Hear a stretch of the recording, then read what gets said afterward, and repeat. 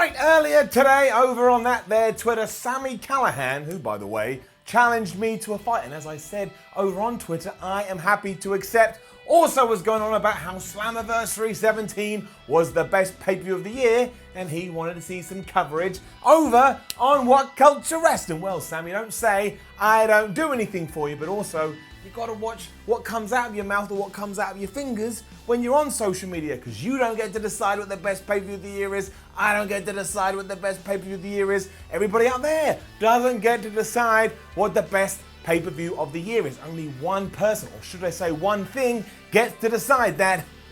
And it's this, the finger of power. So as you did let your feelings know, and because we are an equal opportunity service, Slammiversary 17 is in the books. Let's up those doubts.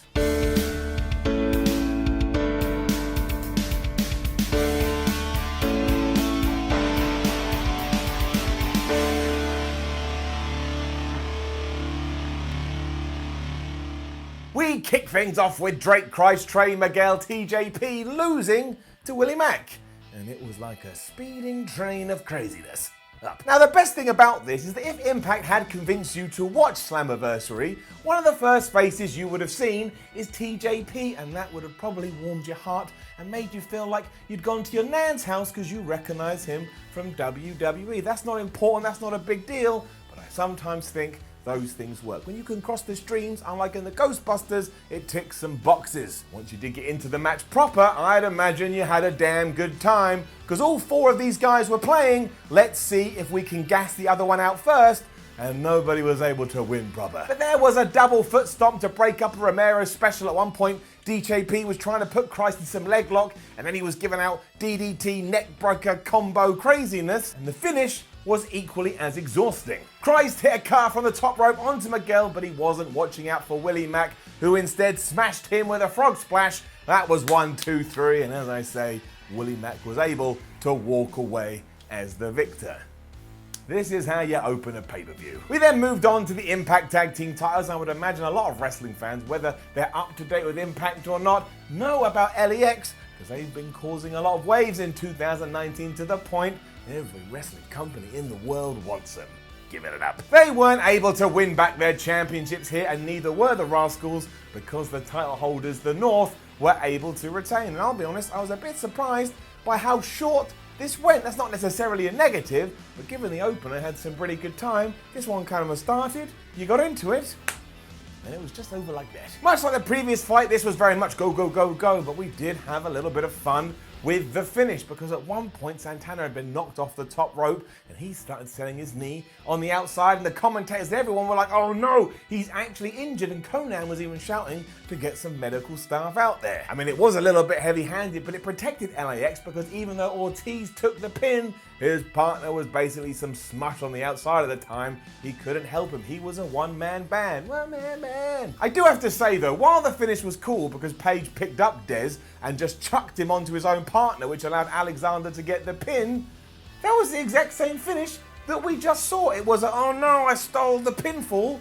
when some other dude was meant to get the pinfall. We wouldn't let anybody else get away with that. Give it a down. We then got a promo from Sami Callihan, who promised to beat Tessa Blanchard senseless in the first ever intergender main event match. We will find out. Following this was Eddie Edwards versus Killer Kross in a first blood match, and if you really enjoy seeing people kick the absolute shit out of each other, this one's for you.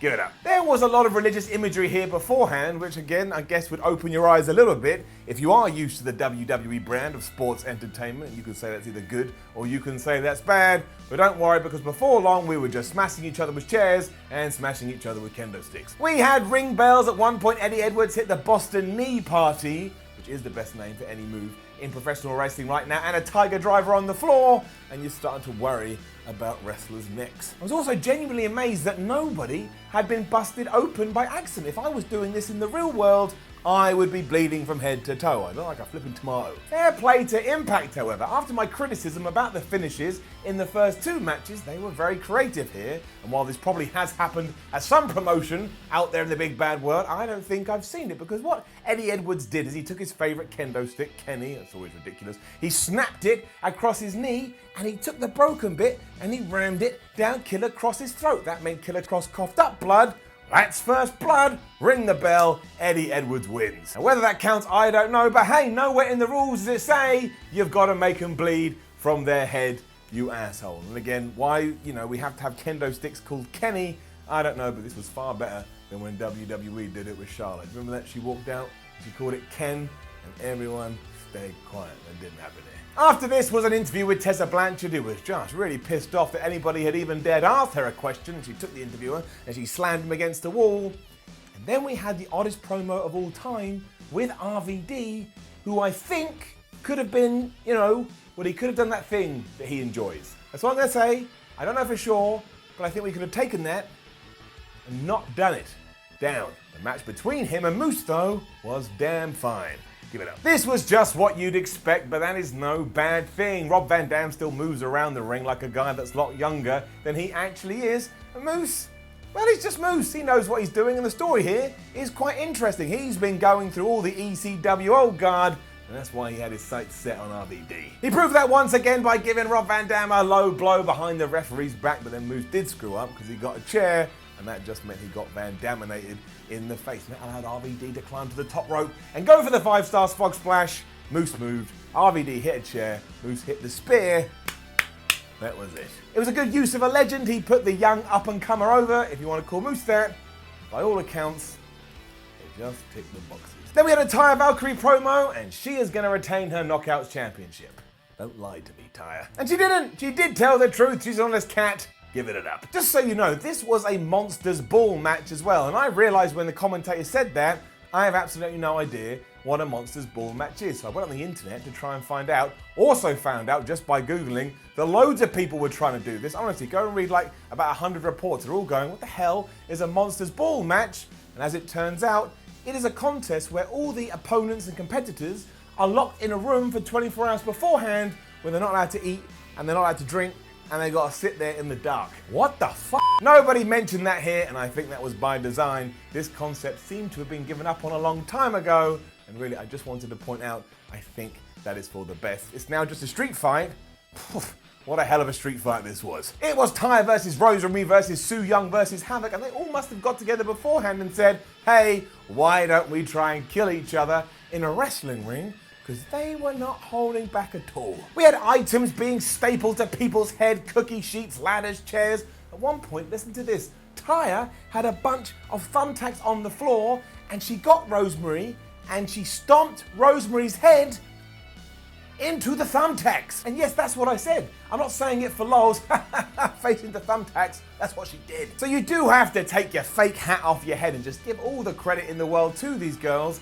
That's why the finish pained me so much. Well, I can't use the word pain in reference to this thing, but I don't understand why we had to do this finish again. But after Havoc had super tombstone Young onto more thumbtacks, which just made me melt as a human being, Taya was in there, she pushed Havoc off, and she got the surprise pinfall, which yes, in terms of, it's basically like WWE's surprise roll-up finish. In Impact, it's surprise pinfall, you were going for it, but I got it instead. It was the third time. We've already gone over this. Give it a very, very sad down. I would have much rather we just had that spot where Taya was ruining somebody's face and that led into the 1, 2, 3. But look, I need to just double down on this and just explain this was incredible in like the literal sense of that word. You were just watching it with pure amazement how anybody could do this to themselves. So a round of applause for them. Impact then took a swing and hit an easy home run because they booked Johnny Impact to take on Rich Swann. That's good wrestler versus good wrestler. It can't go bad. Give it up. Impact came to the ring with his crony Johnny Bravo, and that always makes me laugh because it just makes me think of that cartoon character, and I love that show, and while that is pure comedy, the match was anything but. We kind of built slowly here with Johnny being a right dick, including getting Bravo to distract the ref by using the thumbtacks that we'd already seen in the previous match. That was a nice touch, and it also served as the catalyst for this thing to take off like a rocket. Swann hit that badass cartwheel splash thing that he does, and when he knocked Johnny Impact out the air with an uppercut as he was coming down from the top rope, you knew that they were about to fly. At one point, both knocked each other to the floor from the top ropes, and they teased it was going to be a double count out, and that would have sucked, but it was just that, a tease, and after a couple of cutters, Rich Swann hit the Phoenix Splash, and he retained his X Division Championship. This was just a great wrestling match. There was no smoke, there was no mirrors, there was no gimmicks. It was just absolutely badass and reminded you, as did this show in general, that Impact probably deserves much more love than it gets. It deserves more love. Give it your love. Which Brian Cage and Michael Elgin then proved again as they fought for the World Championship.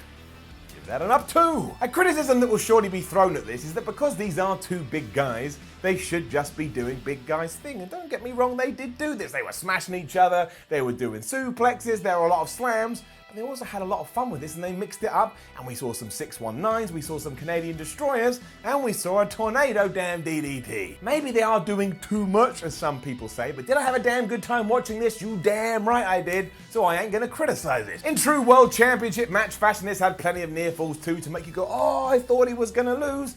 And we had plenty of storytelling. Because if you remember when Brian Cage took on Johnny Impact a few months ago, or whenever that was, he hurt his back and he ensured to play that up here. At one point he went from the drill claw, but he couldn't do it. He was in too much pain. Give it some ticks. We're probably not done with this feud either, because as Michael Elgin went from the Elgin bomb, once again showing his agility, Brian Cage turned it into like a roll-up sunset flip thingamabob, and he got the 1-2-3, and that really did annoy Elgin, because he just smashed Cage in the face with the belt afterwards. And I know if somebody hit me in the face with a belt, I'd be like, yeah, I want to kick your ass again in a match. He even went after Don Callis, who was on commentary, because he is such a dick. Thankfully, Don was saved by a masked man who came out of the crowd and hit Michael Elgin with a spear, slash with a gore. Why this man had a mask on, I don't know, because it is 100% Rhino. And if you don't think this was Rhino, you have a problem. It's like me wearing the Repo Man mask and someone going, well, that's not Simon Miller. That must be someone else. Look, of course it's me. Look, how could it be anyone else? I look like a bigger goof than usual. On that note though, Josh Matthews, next time you do see this, you don't have to tease the word spear and gore. Like he went spit, gore, as if to say, I know what's going on, wink, wink, nudge, nudge. We get it.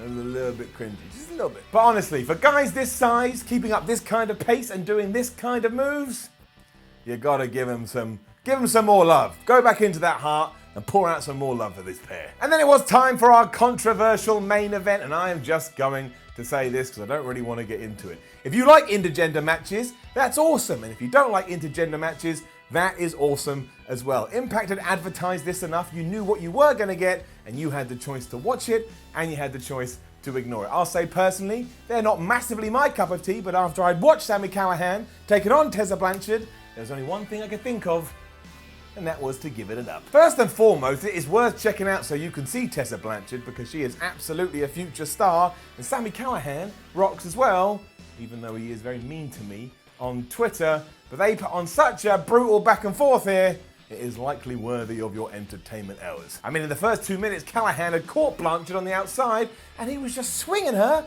into the guardrail, like her head was careering into steel. They also fought on the rampway, and by the time Tessa Blanchard hit a code breaker off the second rope, I think all the fans were buying into the fact that she was gonna win, and that doubled when she hit him with a bat and hit him with the Magnum.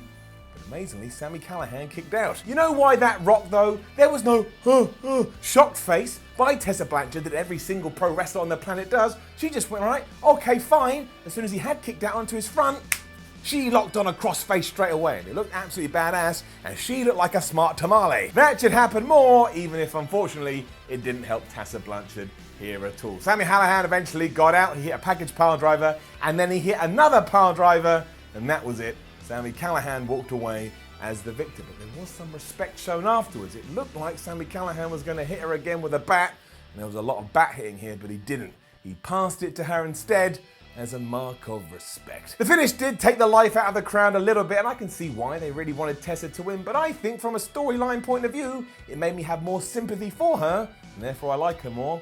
That's the arc of a good babyface. So all of this worked, it just did. Like I say, Tessa's got everything coming. Sami is in it right now, and I will admit that yes, this was a very good pay-per-view. Now I'm gonna just be honest here, I don't think it was the best pay-per-view of 2019 so far, but I got my little wheel of fun here, and of course, as I'm sure you figured out, it's gonna get an up. It was just a good few hours of pro wrestling action with very little nonsense in between. Before we do finish though, just a quick note. As I said, Sami Callihan challenged me to a fight. Also woke up this morning to Sami Callihan just going nuts at WhatCulture and myself about this event, which we have done, by the way, Sami.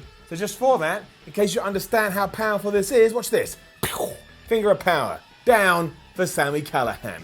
Oh boy, I'll get a regret that. Now, don't forget to leave a comment below and let us know what you thought about Impact's latest pay-per-view known as Slammiversary. Like, share, and subscribe. Head to WhatCulture.com, read yourself some articles, follow WhatCulture on Twitter, WhatCulture WWE. Watch more videos here on WhatCulture Wrestling. My name is Simon from WhatCulture. Thanks for watching, and maybe go and watch, pull that down, Impact Slammiversary right now, because A, it is nice to support all the promotions, aside from what some people on Twitter say, and B, talking to those people on Twitter, we've done it now, we've covered it, you can't go on these crazy tirades you keep going on, we will always do what we can. Reveal, it is me. For anyone that thought I just vanished halfway through the video, I didn't, you crazy people. I'll see you tomorrow when we up those downs for Raw. Unless you're watching this in the future, then maybe aliens have attacked and won.